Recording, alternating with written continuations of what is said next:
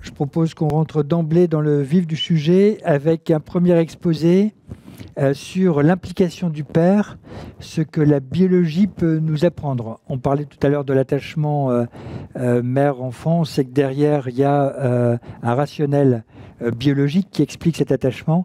Et qu'en est-il du père? Et on a demandé donc au docteur Vincent Prévost, qui est directeur de recherche INSERM, ici à Lille, et membre de la FHU, qui est un chercheur de renommée internationale et qui travaille sur le développement cérébral et notamment sur certaines parties du cerveau, notamment l'hypothalamus et le système limbique, qui jouent justement un rôle très important sur le développement de l'enfant, un rôle très important sur les compétences sociales de l'enfant et de l'avenir plus tard. Donc merci Vincent d'intervenir sur le sujet. Merci Laurent, merci monsieur le professeur Storm. Donc aujourd'hui, l'exercice qu'on m'a demandé de faire, c'est de vous parler de l'implication du père et ce que la biologie peut nous apprendre, à savoir est-ce que il y a une base biologique, voire neurobiologique, au comportement paternel. Alors, je tiens à vous informer aussi que cette fois-ci, ce ne sont pas mes travaux. Je suis juste un passeur de connaissances aujourd'hui et je vais vous introduire des travaux extrêmement récents qui ont été conduits par des collègues suédois sur ce sujet-là et qui ont été publiés en 2020. Donc, vraiment la pointe de la science.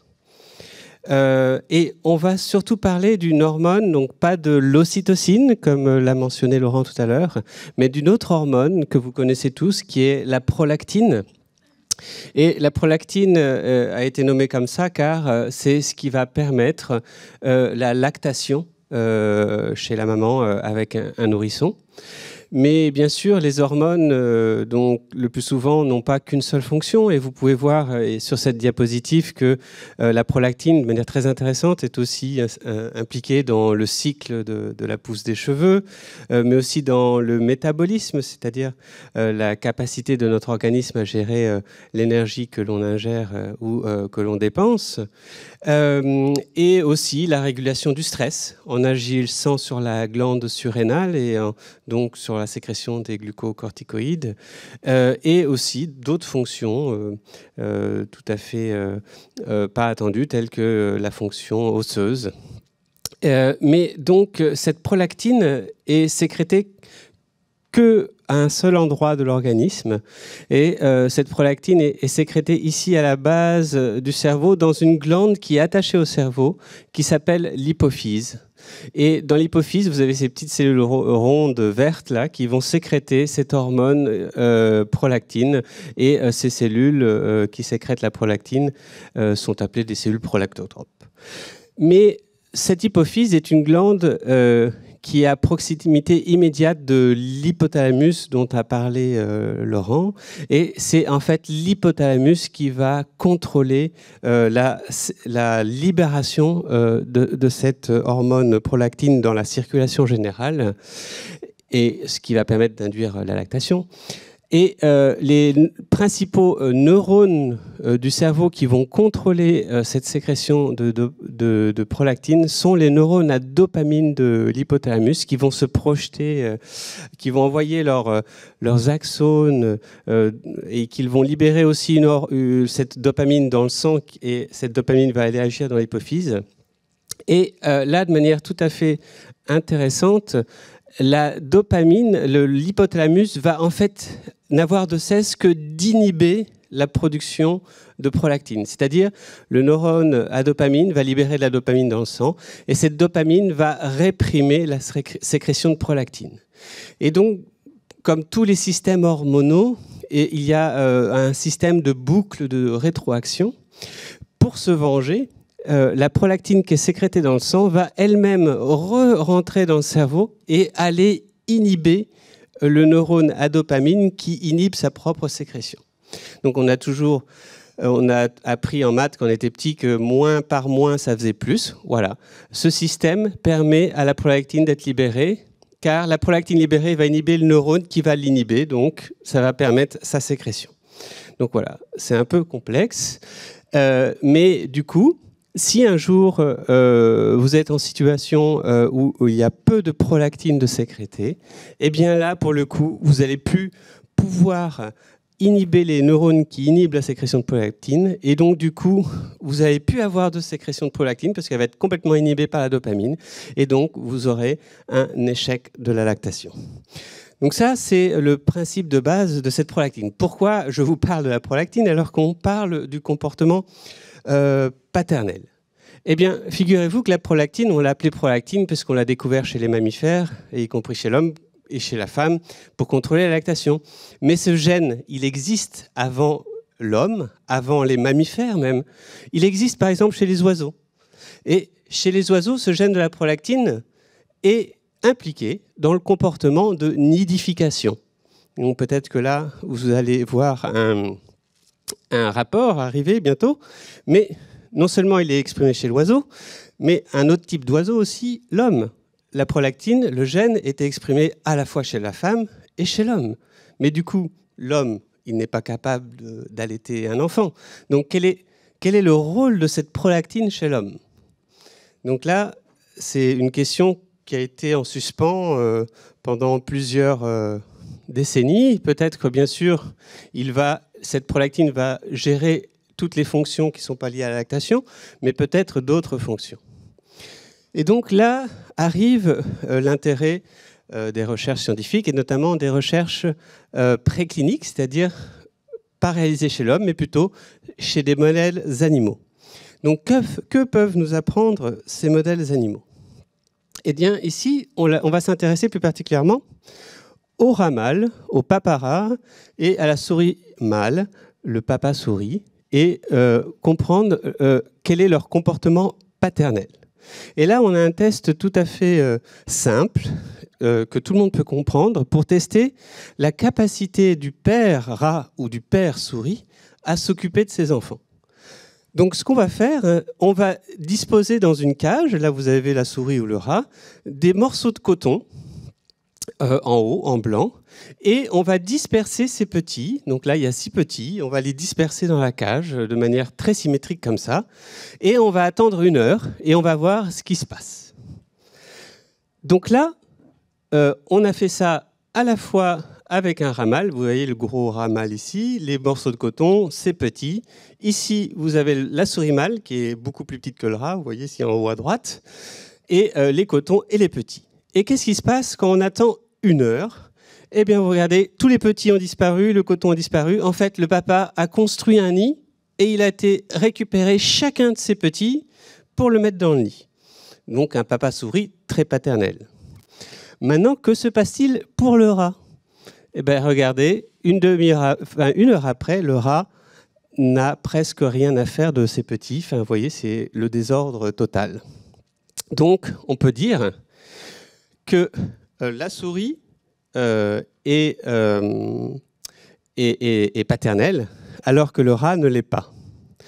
Alors, c'est vraiment un modèle très intéressant. Donc, les souris sont biparentales, c'est-à-dire que à la fois le mâle et la femelle souris vont s'occuper de leurs petits, alors que les rats sont monoparentaux, c'est-à-dire que la mère va s'occuper du petit.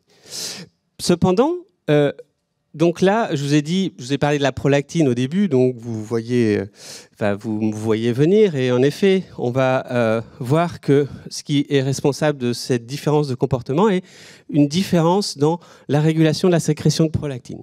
Cependant, les neurones dont je vous parlais, ces neurones à dopamine qui vont contrôler la sécrétion de dopamine et de prolactine, du coup, eh bien, ils sont, comme vous pouvez le voir, à la fois chez le rat et dans le cerveau de rat et de souris, tout à fait en place, et leur distribution se ressemble fortement.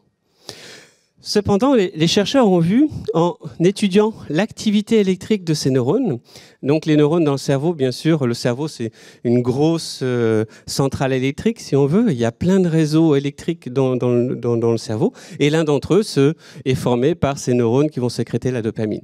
Et du coup, comme tout réseau électrique, vous allez avoir du courant qui va passer avec des oscillations différentes. Et là, on voit très bien, c'est très visuel. À gauche, vous avez les oscillations des neurones à dopamine de rat en vert et à droite, des oscillations de neurones à dopamine de souris en bleu. Eh bien, vous voyez que chez le rat, les oscillations sont très lentes. Donc, les neurones prennent leur temps pour bien se parler les uns les autres, alors que chez la souris, l'oscillation est rapide.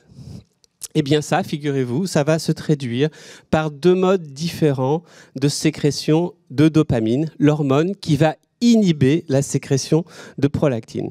Chez le rat, cette oscillation lente en vert des courants électriques dans les neurones à dopamine va entraîner une très forte libération de dopamine dans le sang, ce qui va inhiber complètement la sécrétion de prolactine et conduire à ce comportement non paternel.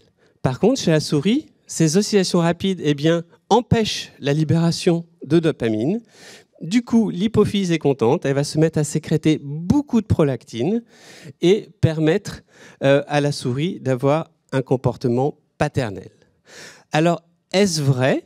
Eh bien, pour cela, les chercheurs, pour savoir si c'était vraiment cette différence de patron de sécrétion de prolactine, très faible chez le rat mâle, très forte chez la souris mâle, ils ont inhibé chez la souris, grâce à des outils génétiques, la capacité de cette prolactine qui va exercer, comme je vous ai dit tout à l'heure, une rétroaction, une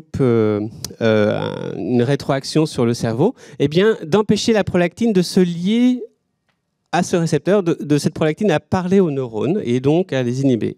Et quand ils ont fait ça, quand ils ont empêché la prolactine de souris à aller dans le cerveau pour faire son action, la souris est devenue un rat. C'est-à-dire la souris est devenue non paternelle. Donc c'est bien cette sécrétion de prolactine qui conduit à ce comportement. Et là, ici, si on inhibe, donc grâce à d'autres outils génétiques, si on revient en arrière, si vous regardez l'oscillation, donc la souris est efficace et paternelle parce qu'elle a des oscillations très très très fortes, très, très rapides. Et maintenant, grâce à un autre outil génétique qui s'appelle l'optogénétique, on est capable de ralentir le rythme des neurones, des circuits neuronaux de dopamine de souris, et auquel cas on va mimer le rythme du rat chez la souris. Et bien là, on transforme carrément le cerveau de la souris en cerveau de rat. Et là encore, la souris, qui était paternelle avant, devient non paternelle. Donc là, c'est vraiment très visuel, très sensationnel. Donc il y aurait peut-être une base biologique au fait que certains pères peuvent se sentir très paternels et d'autres pères pas du tout se sentir paternels.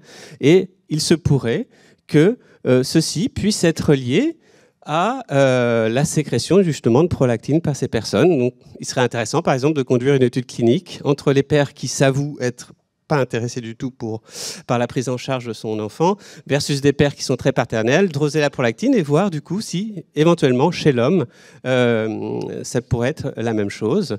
Et du coup, et si c'est le cas, comment expliquer cela ? Car les papas paternels et les papas non paternels, contrairement au rat et à la souris, appartiennent à la même espèce. Et du coup, comment on pourrait expliquer ça ? Eh bien, peut-être par un problème de neurodéveloppement dont a parlé Laurent. C'est pas à dire qu'il y en a un qui est mauvais et l'autre qui est bon, mais en tout cas, c'est l'interaction entre l'environnement quand la personne était enfant et ses gènes qui vont construire un développement du cerveau particulier peut-être, faire exprimer certains gènes, en rendre silencieux d'autres. Voilà, c'est une des hypothèses. Bien sûr, là, ce sont des hypothèses, donc elles sont à tester. Et donc, je tiens à terminer en vous présentant la personne qui a conduit les travaux, qui est Christian Boberger, et qui est en Suède. Il était au Karolinska Institute. Il a changé. Il a été à l'université de Stockholm, en Suède. Et voilà le titre de la publication. Et il va continuer à explorer les mécanismes qui sous-tendent cette différence d'activité électrique, par exemple, des neurones à dopamine dans le cerveau, grâce à un projet européen ERC. Voilà, je vous remercie de votre attention.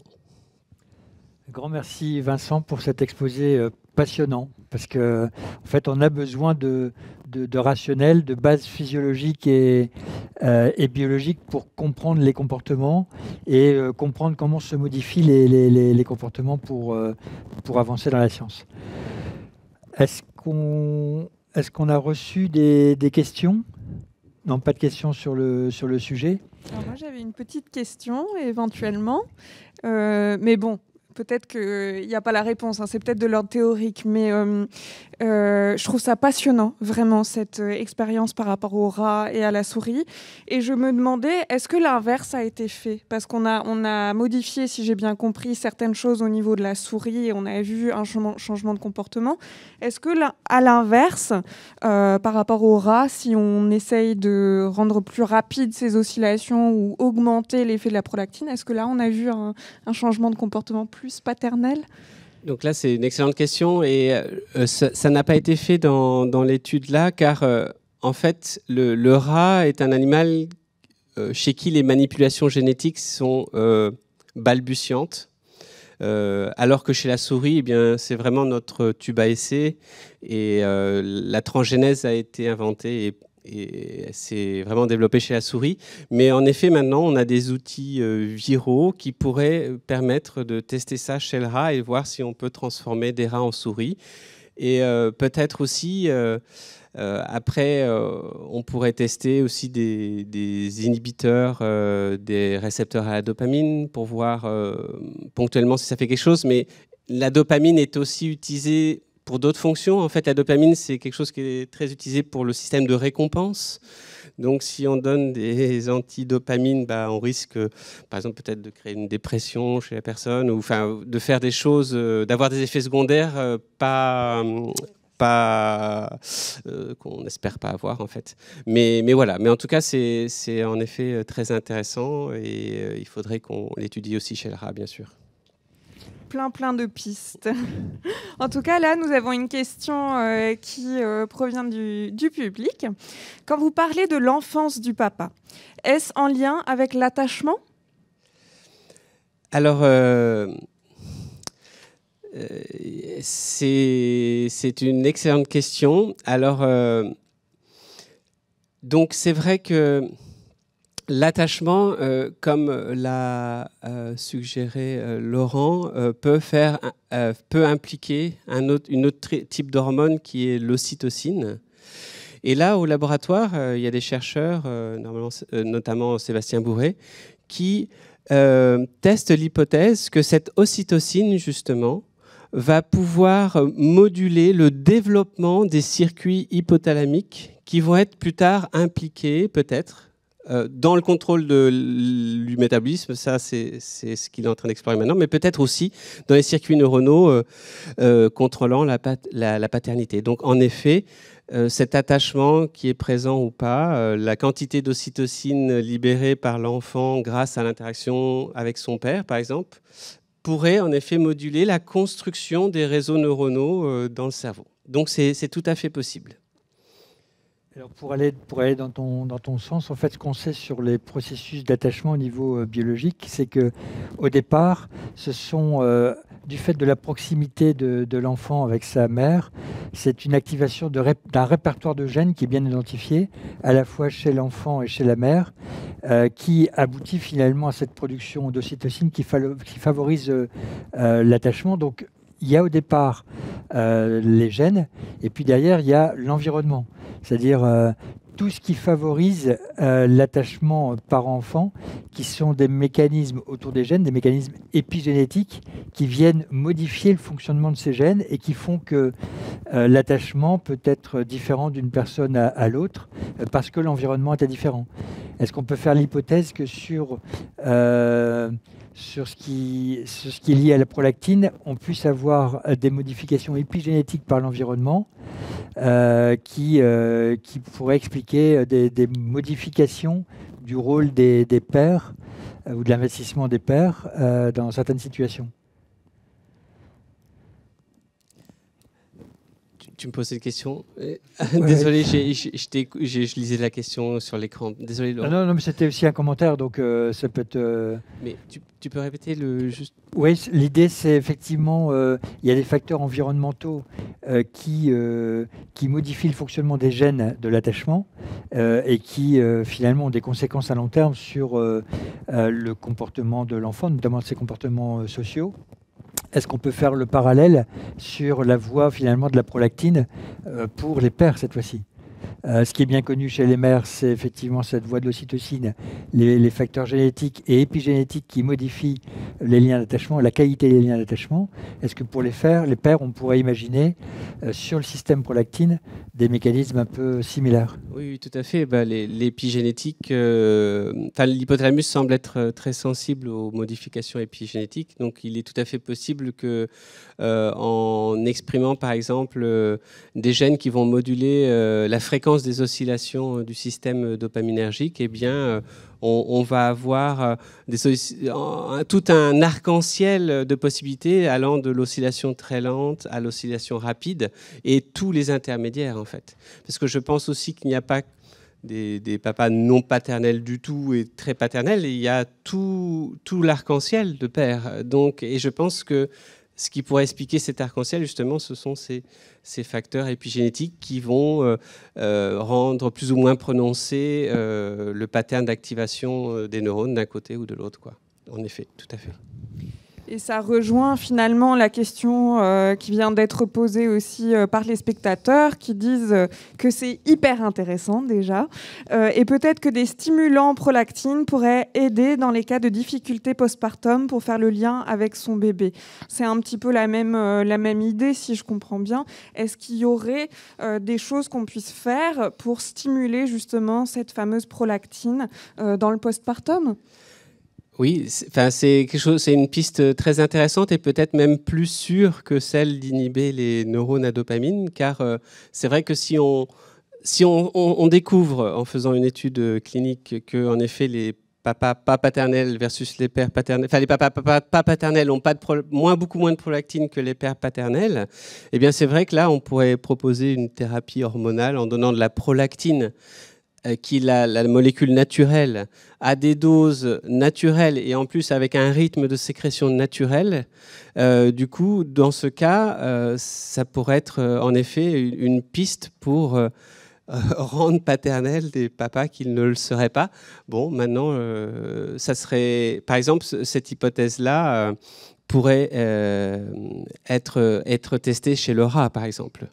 On pourrait implanter chez le rat des pompes qui vont sécréter en sous-cutané de la prolactine dans la circulation générale et voir si, en faisant que ça, eh bien, en effet, on transforme le rat en souris. Tout à fait. Eh bien, que de projets alors pour vos équipes pour 2022. J'ai une dernière petite question parce que je pense aussi aux mamans qui nous regardent peut-être aujourd'hui.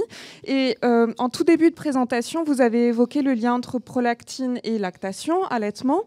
Je pense à toutes les mamans qui peuvent parfois rencontrer des difficultés avec leur allaitement, par exemple des baisses de lait.